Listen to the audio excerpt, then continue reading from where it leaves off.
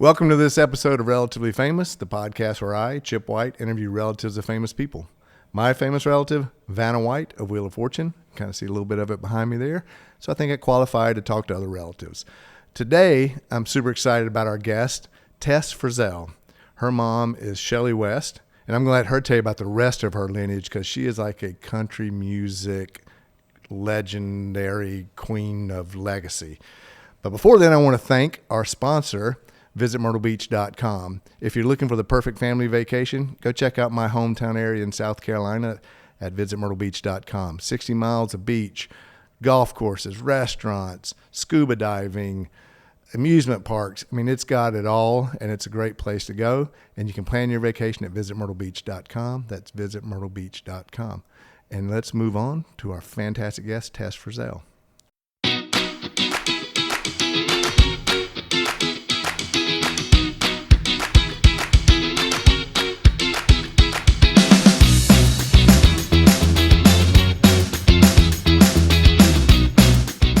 Relatively Famous podcast with Chip White. Thank you so much Tess, for having me on this podcast. You're welcome. I have to say, this is such a unique idea. I love the idea you came up for this podcast. Well, you know, nothing's new, but it actually came about in the 90s. If you go on YouTube, you can actually find I did Vanna White's Brothers talk show, did a pilot. Everybody was getting talk shows. So, hey, let's just be honest. And oh my gosh, I love that. Yeah, I was much younger, had long brown hair, you know, not short gray hair. I'm going to do a deep dive on YouTube after this. Cool. So thank you so much. And I briefly touched on who your mom is, but yes, you have country music legacy. I'm going to let you first tell our guest who all you're related to. Yeah, it is. It's a lot. I always feel so bad when I do a show and someone has to introduce me because it's a lot of things to remember. And it's a lot of, some people will say they have, you know, a family tree. And I joke and say, mine's a family forest. So my grandmother was Dottie West, and she's in the Country Music Hall of Fame. And her daughter is my mother, Shelly West, also a country music singer and an award winner. And my mother, Shelly, had a duet career with my Uncle David Frizzell. So that's the Frizzell side. And Uncle David had his own hits like I'm Gonna Hire a Wino. And his older brother, my other uncle, was Lefty Frizzell, who is also a country music Hall of Famer. So Lefty, which is the really cool thing about it, my wife is from Corsicana, Texas. Like Lefty. Lefty claimed Corsicana as his hometown. There's a statue there. I've been there, Jester Park. I have seen it. I saw recently your Uncle David was there. Yeah. And so whenever we go back, I always ride by and check out Lefty's statue. I love that. Have you been there before? Yes. Okay, real quick. And when you were there, did you go to the famous Collins Street Bakery and try their fruitcake? I didn't. And now I have to, wow, how could I not know? I'm glad that you told me because I usually go once a year and sing at the Texas Country Music Hall of Fame, which is in Carthage. And then I try to make the little trek over to see the statue. And I've been to the little Lefty Frizzell Museum there. Yep. But nope, I haven't done that. Okay, let me know when you're going to go next time, and I'll hook you up my brother-in-law, and he'll give you the 5-cent tour and Deal. Get you some fruitcake. So your mom, I'm going to jump in real quick too before we really get to this interview. I had the pleasure of meeting your mom in the 80s. Oh. And she signed my album. To Chip. And I'm going to stick to the story. It's probably not true. I'm going to stick to the story that, you know, she flirted with me. She probably didn't, but I like to say that. But she played, I was a DJ and a bartender at this club called Cowboys Nightlife in North Myrtle Beach. And she played, and I was like, could you please sign my album? Oh my gosh. Yeah. I love it. I wonder if I was there. I might have been. You might have been early 80s, which brings up quickly your childhood. You were very active on social media, and you post a lot of amazing family photos. Oh. Tell me about being on the road at such a young age. What was life like for you as a child, because your photos are definitely, you were on the road a lot, right? Yeah. Yeah. Well, thank you. I'm so glad that you follow and enjoy that. I love getting to connect with people on social media and go through the nostalgia of those photos and the whole experience. So I love that. But as far as my childhood, when my mom was pregnant with me is when they were having a number one hit, her and Uncle David, with You're the Reason God Made Oklahoma. So I always make the joke that, she sang that song from the East Coast to the West Coast when she was pregnant with me, sang it on the Grammys, every award show. So I always make the joke that by the time I was born, I had heard it so many times I already knew the words. But I was pretty much born a bus baby and just grew up with the road life, and of course, I was just a little kid learning to walk on the bus, and I would literally crawl out onto the stage sometimes, and she'd hold me up for the audience. And that was just completely normal to me. I honestly did not know that everybody didn't have a tour bus until I started school. And then I was like, everybody doesn't travel on the road. So, a lot of fun experiences. But at the time, that was just totally normal.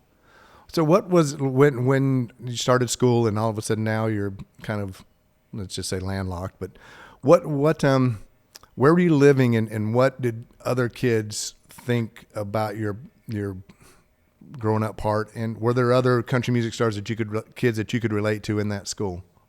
Yes, absolutely. So I grew up in Franklin, Tennessee, which is just a little bit south of Nashville. And, I wouldn't say I got any kind of special treatment. A lot of country music artists live in Franklin, and a couple doors down from me was Vince Gill, and his daughter is my age. We're just a few days apart, and we would be in a lot of the same classes, and I would go over and play at her house and literally just be in my pajamas around Vince Gill, and her mom is Janice of Sweethearts of the Rodeo. So it was, I didn't necessarily stick out like a sore thumb that I came from this family, really, because there was a lot of country music artists in Franklin. Oh yeah. I did a movie. I was a producer on a movie called Electric Jesus with Brian Bumgardner from The Office, who's a big golfer. And we were at the Nashville Film Festival, and we were able to hook Brian up to actually play around the golf with Vince at the club. And he was super nice, man. Yeah. So sweet. You'll have to hook me up with his daughter. She could be a guest. That's true. I'm always looking for guests. She comes from double country music parents also. Yeah. I've had some great, it's funny because I get a lot of country relatives. I've had Hoyt Axton's son, Matt. We had Harold and Don Reed's son, Will and Langdon. An episode recently was Cindy Cash, Johnny's daughter. Gosh, that's amazing. So, there's a lot of us. You're going to have a lot of shows. I love it. Tell me what, after being on the road as a kid, did it really spark like you wanting to be a performer and be on the road? That was like the life you really wanted? Or because some people like, you know what, I had enough of that as a kid. What was your reaction? Right. Well, it was so deep in my DNA that I think if I had even not wanted to do it, I couldn't have gotten away from it, because I just have such a creative personality that there's just no way I was going to be an accountant. I mean, I couldn't. It was just truly in my DNA. So I went to school, of course. And then when I graduated high school, it's really funny because my mom just did the mom thing, and she just freaked out, thinking, oh my gosh, she's just going to do music. And, there's a lot of scary things about the music business. And so she made me go to college, and I just was like, it kind of wasn't my thing. So I just picked creative writing, went to Belmont and literally studied creative writing, which I've never used that degree for anything. but it's funny because I just loved singing. I'm just a creative person through and through, songwriting, all of it, and just I was not going to get away from it. It was a calling. Now, you said you don't use your creative writing, but as a songwriter, that's creative writing. Yes, What absolutely. what That's true. inspires you? What inspires you when you're writing songs?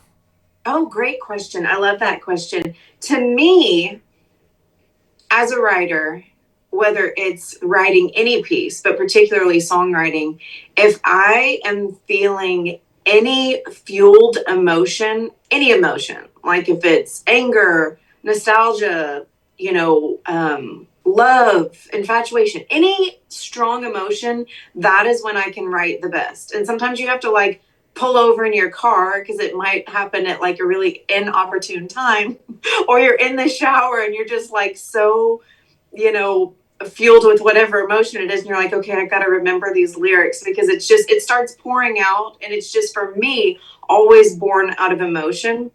And so when I write the song, it's always a win for me if someone hears the song and they connect with that emotion. Yeah, I relate to that.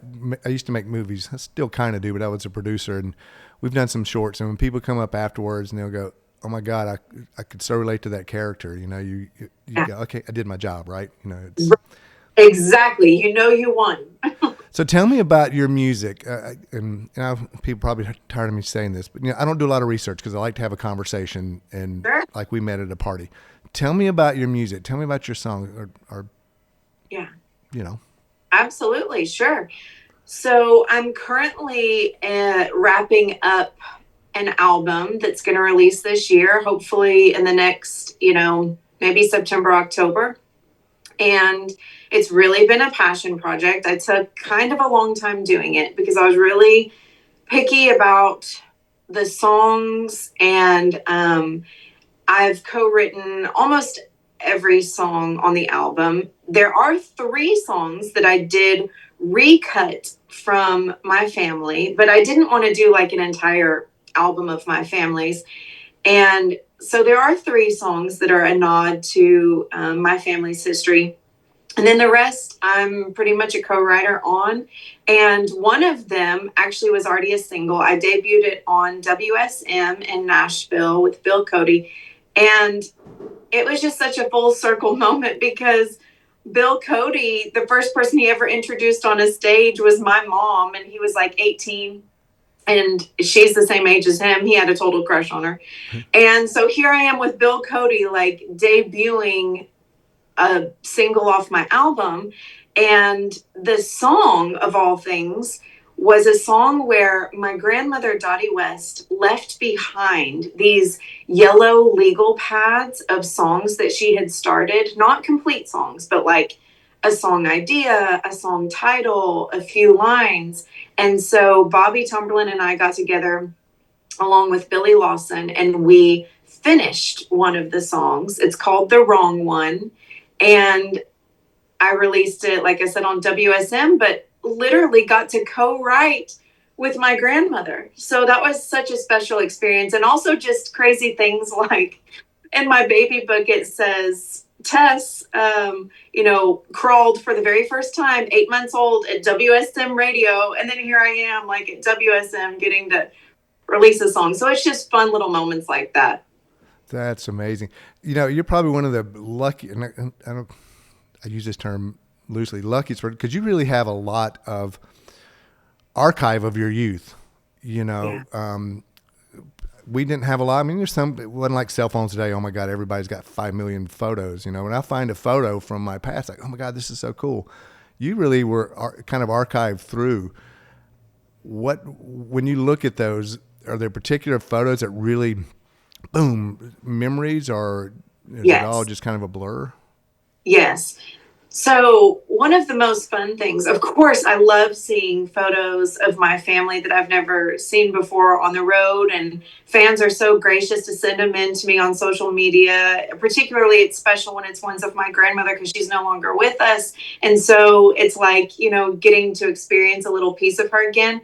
But there are so many that are so special to me.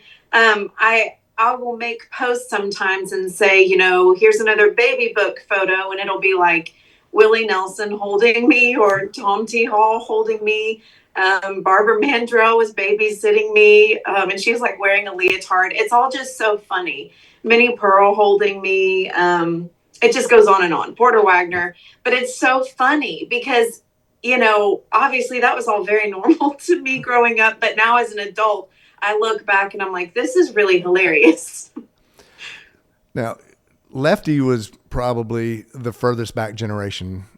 Yes. And I can't remember when he passed away, unfortunately, but did he have influence, or he and David influence your grandmother, or was it just one of these things where Lefty was already out, your grandmother suddenly became big, and these families merged? I mean, was there this relationship with Lefty? You know, I'm a fan of Lefty, so I'm going to kind of point that direction. Right. So Lefty really hit it big with a breakthrough in the 50s. My grandmother was like a little bit later on the scene. You know, she was here doing her career in those early 60s. She won her Grammy in 65. But her and Lefty were on some package shows together. There's like a photo of her, I believe, and maybe Webb Pierce and Lefty. And of course, they never at that time knew that they would be like sort of relatives in some way. Lefty actually died in 1975. So I never got to meet Lefty. My dad is Alan Frizzell, who is the very youngest sibling, and Lefty was the oldest. So Lefty was actually 22 years older than my dad. So Lefty passed away young at 47, and I never did meet him. That was before I was born. And then my parents, my mom Shelly and my dad Alan, they got together not long after Lefty passed, late 70s, and then they got married, and that's how the Frizzells and West came together. Okay. Yeah, your Uncle David just posted, I think your dad's birthday was recently, and he posted this great photo of Lefty, who was obviously much older, and David, and then Alan as like the little great black and white photo. I love it. Yeah. So when did you really decide? I know you went to college. When did you really decide that, like, I'm a musician, it's my family, and this is the road I'm going to take? And because look, you have a huge shadow or tree to stand under to make your own sunlight. How are you making your own sunlight?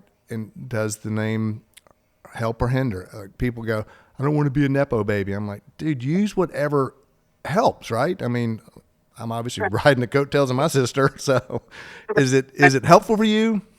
Yeah, that is the golden question that we all get asked, don't we? Is it a blessing or is it a curse? And, you know, it depends on the situation. Sometimes it can be a little bit of both. And what I always say is the name and the history tends to open the door for you. However, if you can't bring the talent, you usually get the door slammed anyway, but it will open the doors. It absolutely will open doors that I never deserved and I never earned on my own.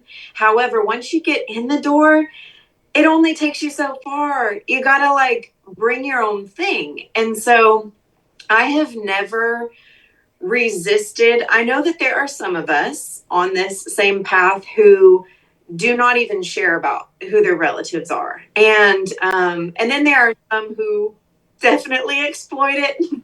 And, you know, I'm just in the middle because I really respect and am so proud. I'm honestly so proud of their talent and their accomplishments. I mean, to have two relatives in the Country Music Hall of Fame is absolutely huge. And I'm so proud. And it's nothing to do with arrogance. That's not a brag on me. I mean, the fact that they earned that and the fact that my grandmother was the very first female in country music to win a Grammy, that's not me. Like, you know, I'm not bragging on me to say that. That's bragging on her. I'm so proud of her. And so if I can continue a little bit of that legacy and I love doing like a song of hers in my show and a song of my mom's and a song of Lefty's.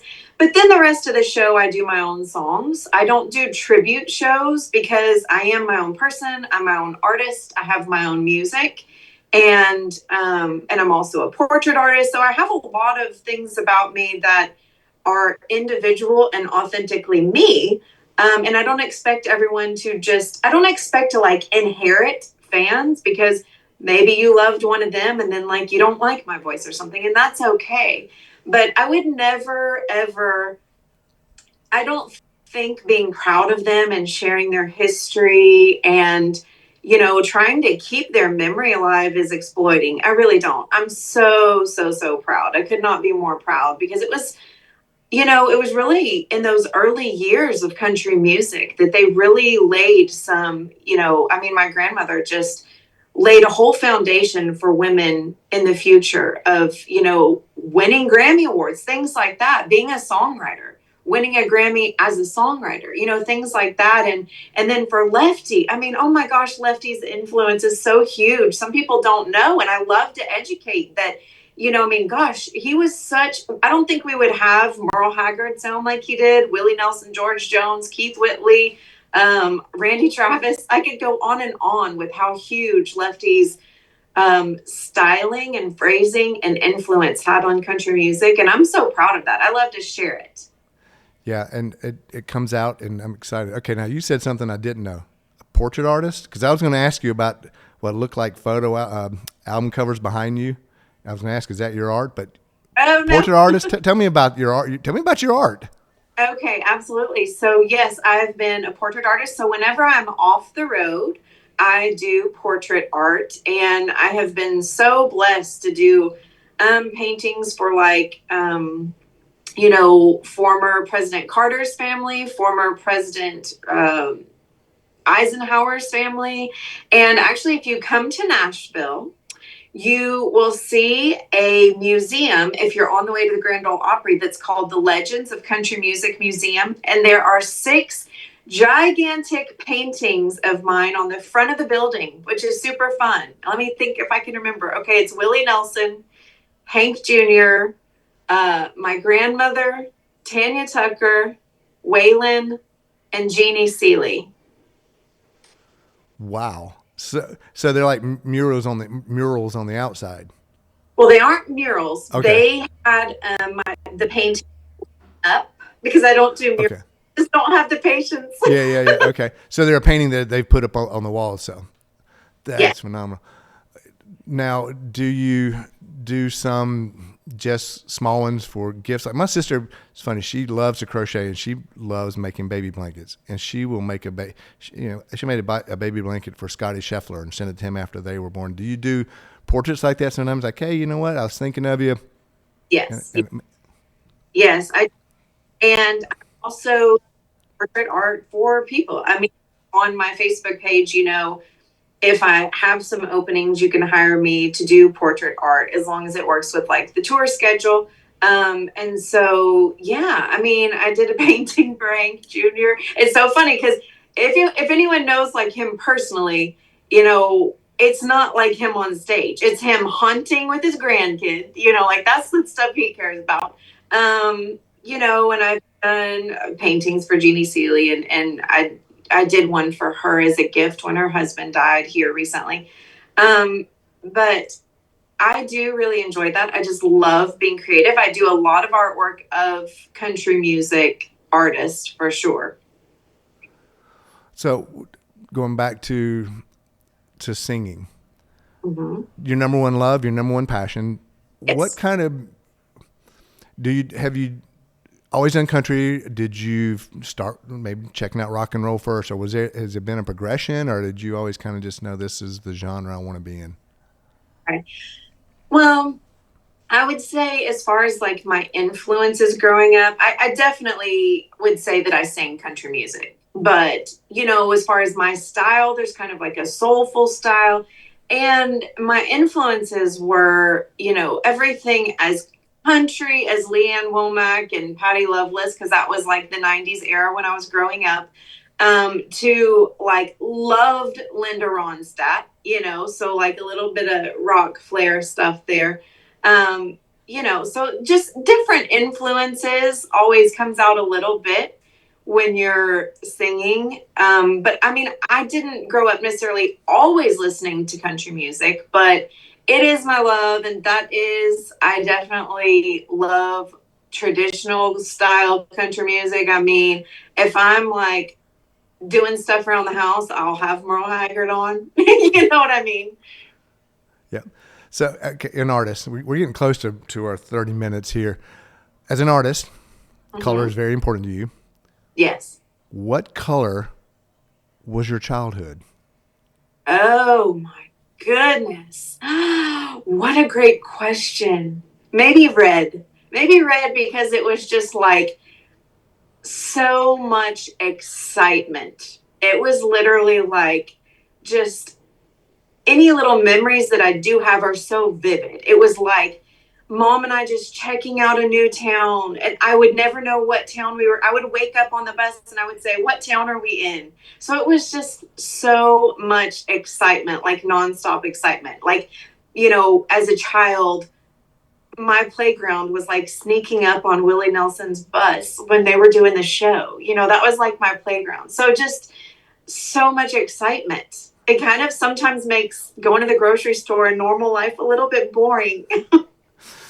Sneaking on Willie's bus is pretty dangerous as a child. I know. Could kind of change your perspective of life. I saw some things. I have seen some things. Okay. Last question. What is the one question that I didn't ask you, or the one thing you really wanted to share that we didn't talk about? Oh, that's so great. Maybe what are my plans for the future with this? Which would just be to continue to do all the creative things. So more painting. I can't wait to release this album. It's got a lot of guest stars on it, like Pam Tillis was a vocal guest, and Waylon Payne was a vocal guest. And my mom came out of retirement to do a duet with me as a vocal guest. And so I have so much excitement about the release of that. And then who knows, maybe write a book. Lots of touring, hopefully more and more touring. I love getting to connect with people out on the road. I have such a passion for traveling. It feels like home to me to just be on the road and visit a new city and meet new people. And so hopefully a lot more of all of those things. Okay, so you triggered another question. Duet with your mom. Yes. What was that like? I have interviews with people who their parent had passed away before they were old enough to really start doing their own music. What was that like emotionally doing a duet with your mom?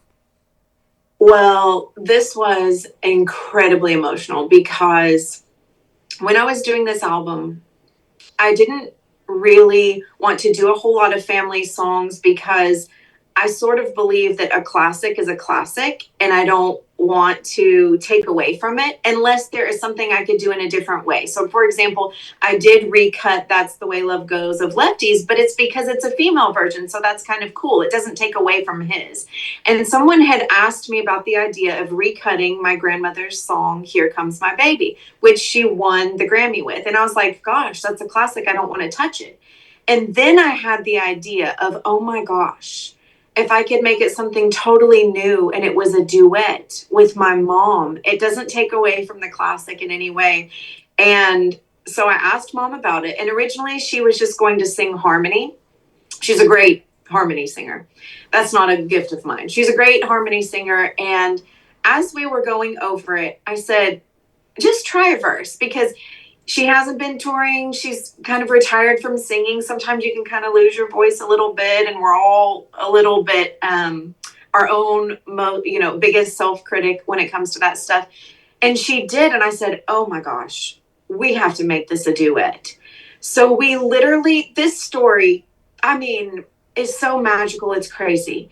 So most of the album I did in Muscle Shoals, Alabama, but this one song, Here Comes My Baby, my mom and I went and recorded it at Studio B, RCA Studio B, right in the spot, 60 years later to the month that my grandmother stood right there and recorded this song that she ended up winning the Grammy with. And not only that, this song my grandmother co-wrote with her husband, my granddad, steel guitar player Bill West, which is my mom's parents. So this song was co-written by my mom's parents.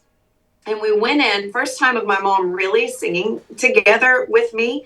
And we've done little shows in the past a long time ago, but we've never done a recording together. And we go and we stand in this spot. Oh my gosh. I mean, I could cry talking about it. It's so emotional. We go and stand in this spot that my grandmother stood in RCA Studio B. They don't really even open that up much for recording. And we are the very first in history, 3 generations to record at this studio. This is where Elvis did a lot. Dolly recorded some things. And we stood there and we recorded this song. And instead of having a full band, we had Floyd Kramer. Here's another relative of country music for you. We had Floyd Kramer's grandson play the piano on this song because Floyd Kramer played on the original. So it was literally just Floyd Kramer's grandson on piano and me and my mom. And we did it the old school style where we all did it at the same time. And I mean, it was kind of an out of body experience, to be honest. I almost couldn't take it in too much or I would have been too emotional to sing. But it is one of my favorite on the album. And it will literally be like a treasure to me for my whole life. Wow. Now that's a great ending. I'm kind of speechless because the history, like you said, it's just phenomenal. I want to thank you so much. Thank you. I know you're big on social media. Where can fans follow you? What's their best? Instagram, Facebook, what? If you're a TikToker, I do a lot of TikToks over there. Or if you are on Facebook, please come follow me on Facebook because that's where I post all of my like fun baby book pictures, and you never know who you'll see holding me as a baby. There's always a little fun story behind it. And so come follow me on any of the social medias. Well, again, I want to thank you so much and tell your mom that her boyfriend said, hey, thank you so much, Tess. And I'm excited. And if you enjoyed this, please tell your friends, Floyd Kramer's grandson and Pam Tillis and everybody. Thank you so, so much. Thank you. Okay, that was phenomenal. What a fun time. Tess is amazing. I want to thank her for being on the show. Again, and I want to seriously thank you, the viewer, the listener. We couldn't have a podcast without you. Please like it, share it, subscribe. Help us get the word out. We're trying to grow. I want to thank our sponsors. Again, that's visitmyrtlebeach.com. If you're looking for the perfect family vacation, go to my hometown. Tell everybody, hey, Chip sent me from Relatively Famous. And that's at visitmyrtlebeach.com. You can play golf, you can scuba dive, you can swim, you can surf, you can ride the rides. Visitmyrtlebeach.com.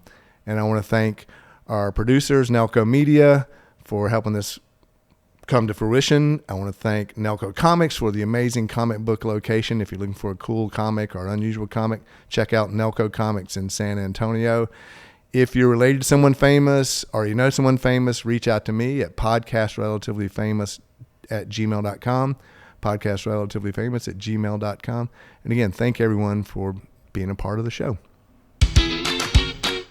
You've been listening to Relatively Famous with Chip White.